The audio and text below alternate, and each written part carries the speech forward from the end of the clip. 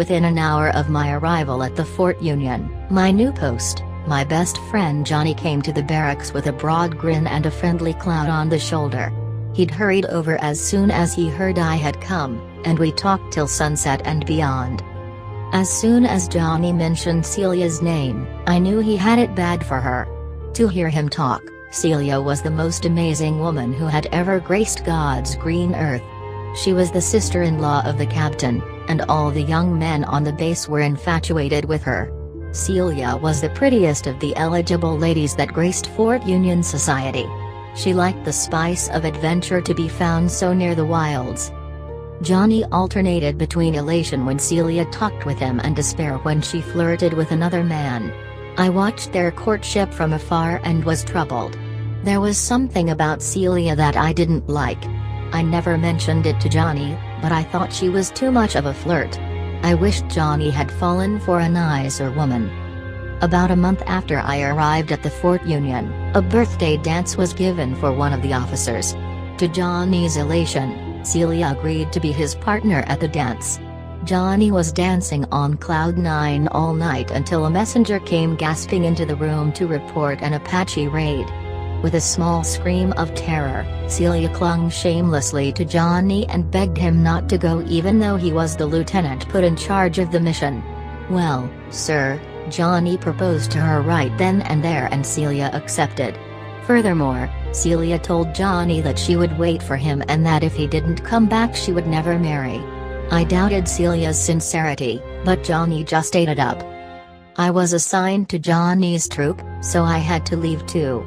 We started out the next morning and had a rough week tracking down and fighting the Apaches. Johnny split up the troop, taking command of the first group and giving me command of the second. My men reached the rendezvous point with no casualties, but only half of the other group arrived, and Johnny was not among them. They'd been ambushed by the Apaches. I had to take command of the troop. We searched for survivors but never found Johnny's body. As soon as I could, I ordered the men to turn for home. Celia made a terrible, heartrending scene when she found out Johnny was missing. She flung herself into my arms when I gave her the news and sobbed becomingly. The display turned my stomach, it was so obviously insincere. I excused myself hastily and left her to the ministrations of the other soldiers.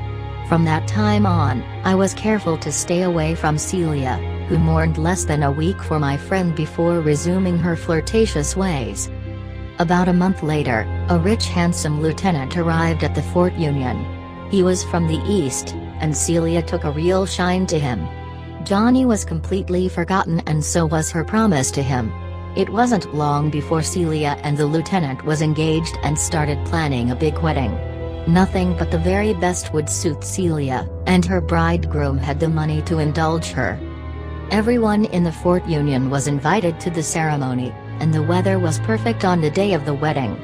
Everyone turned out in their best clothes and the wedding was a social success. After the ceremony, all the guests were invited to a celebratory ball. We were waltzing around the ballroom when the door flew open with a loud bang. A gust of cold air blew in, dimming the candles. A heart-wrenching wail echoed through the room. The music stopped abruptly and everyone turned to look at the door. Standing there was the swollen, dead body of a soldier. It was dressed in an officer's uniform. The eyes were burning with a terrible fire. The temple had a huge gash from a hatchet blow. There was no scalp. It was Johnny. The whole crowd stood silent, as if in a trance. No one moved, no one murmured. I wanted to cry out when I recognized Johnny, but I was struck dumb like the rest of the wedding guests. Johnny walked across the room and took Celia out of her bridegroom's arms. She was frozen in horror and could not resist. Johnny looked at the musicians. Still, in a trance, they began to play a horrible, demonic-sounding waltz.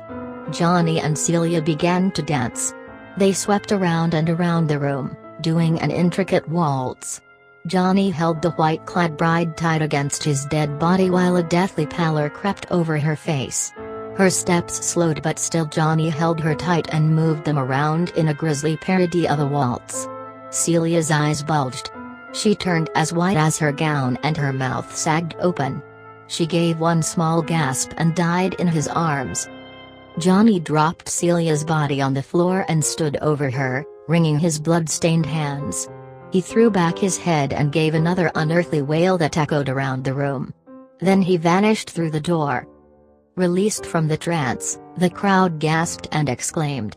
The bridegroom ran to Celia and knelt beside her, wringing his hands in the same manner as Johnny. His cries were all too human. Unable to bear the sight of the stricken bridegroom, I took my captain aside and asked permission to take a small detail back to the place where our troop had been attacked by the Apaches to search once more for my dead friend.